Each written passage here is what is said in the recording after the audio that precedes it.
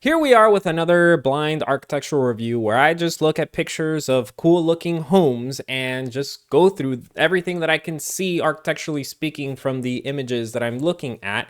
And then at the end, we'll see what if the architect had anything to say about their own project that could kind of inform us a little bit better. Now, for this home, this is a house located in Slovenia. Specifically, it's Ljubljana, Slovenia. Okay, I have no idea how to pronounce it, and I do apologize for not being able to. Now, it's designed by Office Architects. That's OFIS, and I'm not sure if that stands for something.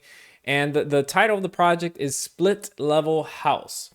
So right off the bat from this image here, we can see that this design completely contrasts everything around it. So on the right hand side, we have a lot of lush nature. And then on the left hand side, we have like a standard looking home with a pitch roof. And the form of this completely contrasts everything. It's this rectangular object that is pretty much like black and white. So just real big, bold statement here. Now, we could see is that we have this volume here that seems to represent the main entrance to the house, unless, of course, if the architect is doing some kind of trickery where he wants us to believe that. And then we have a 2 to maybe 3 car garage here on the left-hand side. And then there's this small little detail up here poking through the trees, which it looks like some sort of breezeway, maybe to an interior corridor or something, but it looks like there's another wall behind it. So that's pretty much exposed to the elements. It seems that way, at least. Now, on this next picture here, I gotta tell you one thing. When you look at this, this is really exciting to me because when I look at this kind of project, you never know what you're gonna get. Like, what is this project gonna break the mold when we step inside? Or is it gonna be like your standard cookie cutter interior? We don't know. And this image has that mystery, it conveys that mystery. But then when we go to this image, it's like the architecture all of a sudden is exposed. There's no mystery anymore. And part of the reason why is because we see everything that we're going to get, at least on the exterior. So this is a complete missed opportunity to have hidden some of this and made this as mystical as this front facade is. They should have applied some of that technique over here, because here it starts to look like your typical modern home, just with more darks than light colors. In other words, this shot here undoes a lot of the mystery that was created here. Now, this is the side shot of the front. So here we're looking at the front, we're looking at that volume, and then slightly over to the right, we're seeing this image here, which continues that mysticism. So this part of the project is very mystical, and I appreciate this so much. This detail here, this wall, which has these elements poking out, I'm not entirely sure what that is really cool. So it adds a little bit of texture to the project. That was happening up here is now kind of repeating the opposite on this side over here. And it seems as if this volume is sliding out of this main volume. And, you see a little bit of transformation there. And that's where you can't really tell, but it's possible that we have some windows or some sort of openings there. So really cool project so far. Now, when we get to the interior, I'm actually very happy to see that at least now it's not your standard cookie cutter approach. And I don't know exactly where this is in relation to the exterior, but I like that there's this missing chunk of the house that allows you now to see up. It's like it becomes like this atrium of some sort that allows you to connect the spaces above and below. This is really appealing. I like moments like this in architecture. I mentioned that I'm not sure where in the project it happens, because if this would have happened where the volume happened, which I don't think that's where it's located, but if this form was, pulling out and that left this void in the project, man, that would have been such a cool move. But I don't think that's what happened here. But nonetheless, it's very impressive what we see here so far. We have the exposed concrete, and then the way that they do this is that the formwork has the wood grain texture, and they purposely do this so that when they remove that formwork, you have this nice stamped pattern. So there's this very nice contrast between what looks like handmade, unfinished patterns, and then these sleek, finished edges here and walls. The color palette is actually very elegant. It's a color palette that a lot of people tend to find cold. So many people don't like to have this in their own home unless they're millionaires and have 50 homes where you can jump around as you wish. But this apparently makes people feel like it's a cold environment. You know, it feels almost industrial. So let me know down in the comments if you agree with that or if you like this color palette. Here's another shot of the exterior, and here we have a little bit more information as to what's happening here with some privacy. And then we have another one of these windows here. So it's kind of like these bold statements where they're stamping out these patterns at specific moments in the facade. We don't know exactly what's going on yet, but I think they should have continued some of this pattern, right? Because you have the voids, and then this void is filled over here. And it would have been cool to have brought some of this texture over here to make it look like this is part of this somehow. It's otherwise it just looks like it's a completely different element. But it would have been cool to create some sort of illusion where you have this stamping at moments here. Again, this is the backyard, not a big fan. And here becomes more apparent that what we're looking at is brick. So all of this is actually brick. And that's how they're able to create this interesting pattern here. Just another image, more of the same, nothing much to say here. Same space all over again. We've pretty much gone over this space. There's nothing much that I want to add to this. You know, it's a pretty standard looking kitchen. You have your island and, you know, everything is hidden, tucked away. Makes it look very elegant and nice. Makes you not want to cook anything in this kitchen. But, you know, beside that, there's nothing else much exciting happening in these images. It's a lot of concrete, a lot of exposed concrete. Very elegant. The space feels very elegant, but again, it feels a little bit cold. Kind of reminds me of Halo, like a level in Halo, or maybe like a level in Hitman that you would play. I really don't have anything negative to say. It is what it is. This is one of those cool shots that you get in architecture sometimes where there's a line split down the middle that the architecture makes, and then the left and the right are completely different. So this kind of happens here, but it doesn't work that great just because the ceiling over here doesn't go all the way. If this line would have existed here, if we wouldn't have had this walkway up here, it would work much better. But it's still a cool effect, and at the end it looks like they added a mirror, which makes this hallway look even bigger. So that's a great use of a mirror in this space. Now to continue and extend the palette, they decided to make the stairs black, which is fine, but it just, because these spaces are so dark and you know, this black absorbs the light, I don't think it was a good decision to make the stairs black. It just looks like it's going to be a tripping hazard. And then once we get upstairs, we get this really cool reflection effect from the use of reflective materials to make the space look much bigger, and it starts to look a little bit trippier, and I'm not exactly sure what's going on here. So it seems that this space here is possibly this space here. So I think that where we're standing at now is crossing over. This is where the TV is. Kitchen is behind us. At least that's what I'm thinking, and I'll correct myself if I find more information. But that's what it looks like it is. Yeah, it has to be this volume. Unless it's on the opposite side of the house, this reflective volume here is this. And then over here, we get another one of those cool shots where everything is divided. See, there's continuity here, so it reads much better. It looks like a collage. On the left, we have what seems to be our bar. We have our kitchen. And then on the right, I can't really tell, but it looks like some sort of office space. This here begins to look more like a hotel lobby than it does a residential space, but it's cool. You know, nothing negative to say about it. There's nothing different happening here. It's more of the same language.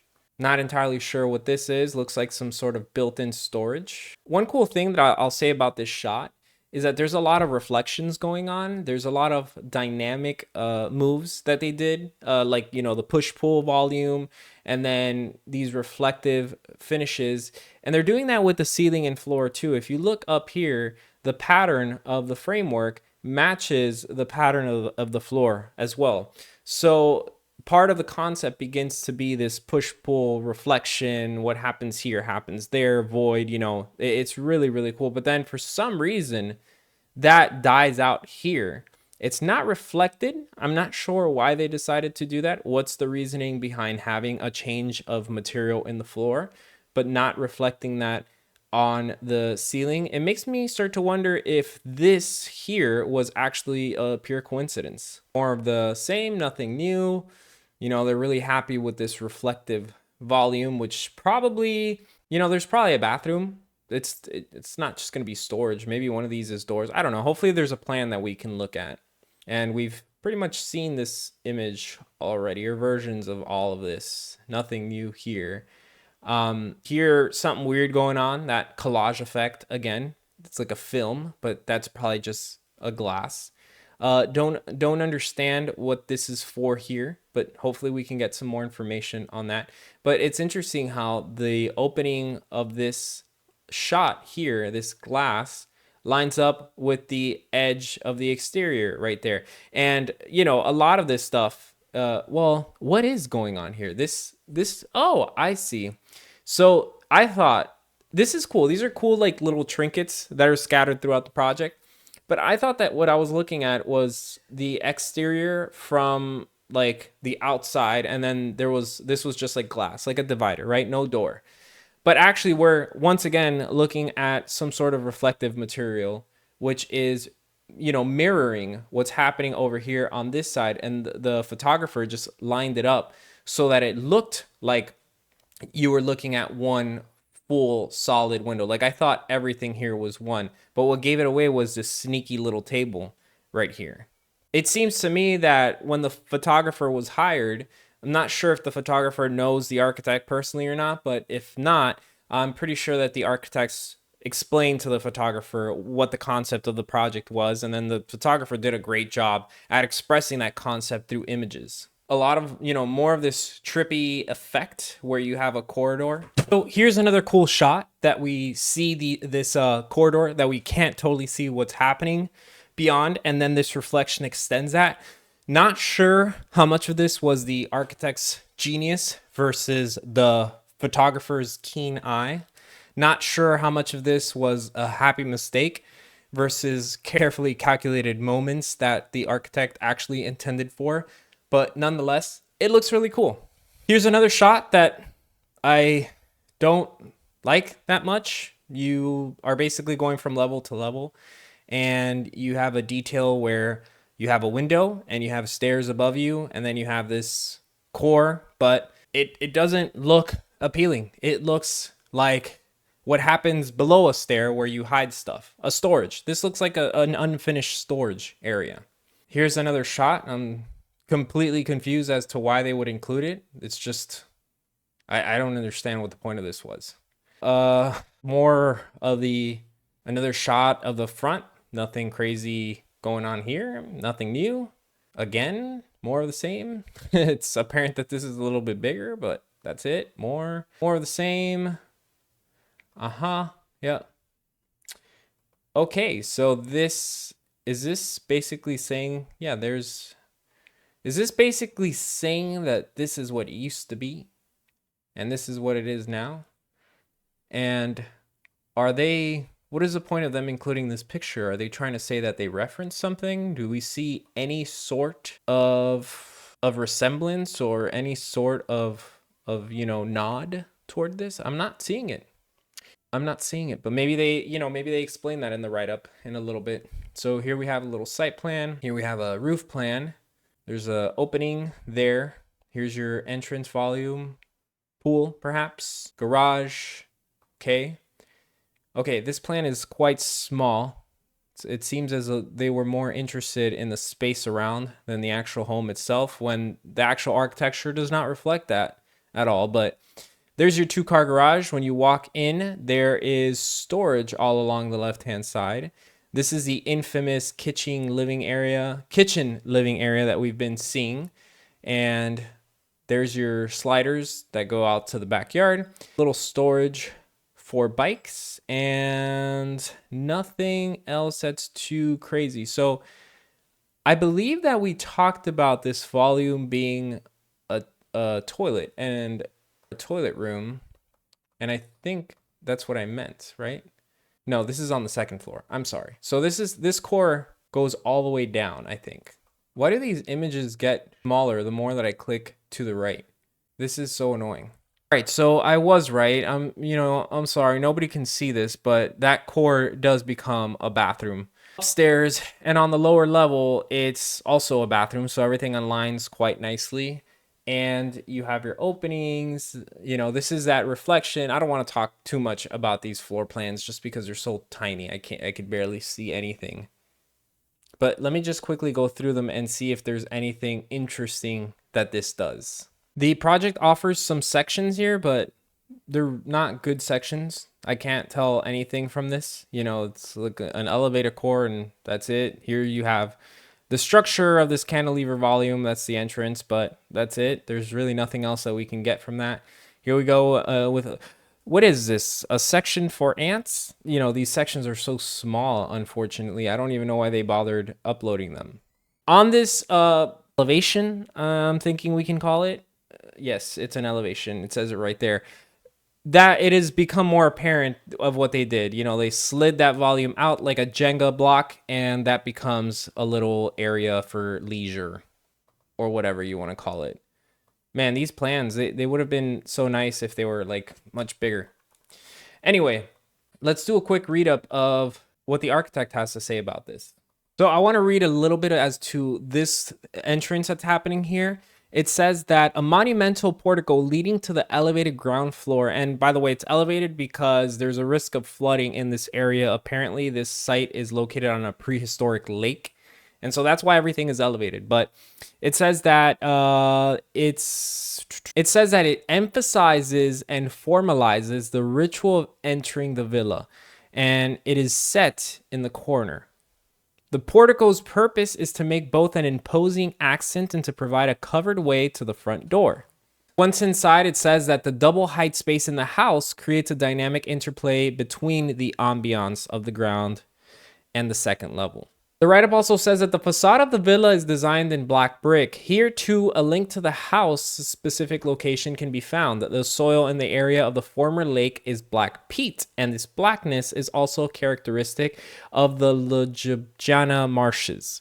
I apologize again. Moreover, the use of black bricks served to dematerialize the volume of the house and to provide a contrast with the greenery around the house. Structurally, the southwest corner cantilevers over the ground floor. A large panoramic glass window is inserted in this part of the house, providing a view onto the marsh at the portico entrance.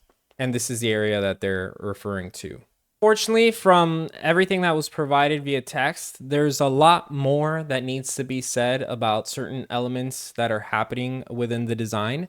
Architecture has a lot of story. Every piece of architecture has so much story that happens to make it. And unfortunately, what we learned here about this project is not enough. There could have been more conversation about it. But overall, I do like this project a lot. As mentioned way too many times already, it does feel a little cold. It kind of reminds me of like a James Bond villain home or something. It's elegant, and I don't know that it feels like a home to me. It's not the modern design. I think it's the interior spaces. I think it's all this reflection that's happening. It feels, like a fun house, like a mirror, the mirror fun houses. Also, the most exciting thing about this house is the exterior.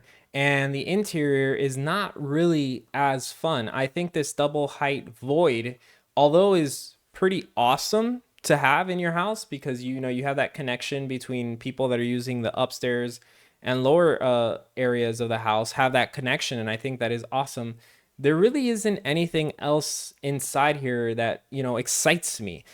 This space here does a little bit. It's nice. You have an outdoor area, and I like the play of volumes. I like how this is situated in the project. But beside that, everything else is just ordinary spaces with some makeup on, and the makeup being all this reflection and everything else that's going on. So there's nothing really innovative that's going on. There's nothing really exciting that's happening. As I mentioned before, this is the most exciting. Like, I'm kind of bummed out that when I started looking at this project and I saw this, right? And I saw this push and pull, and I saw this texture, I saw this here, I saw all these little interesting elements that you don't always see in everyday architecture. And then when you go inside, You know, there's a lot of this. So I thought we were gonna get more of this, right? Of this happening on the interior spaces, interconnecting with each other, and taking bites out of other spaces and leaving interesting voids that now become little pockets of spaces. And we didn't get that. So that's the only reason that I'm bummed out. But overall, it still is an interesting project, and I do appreciate it for that.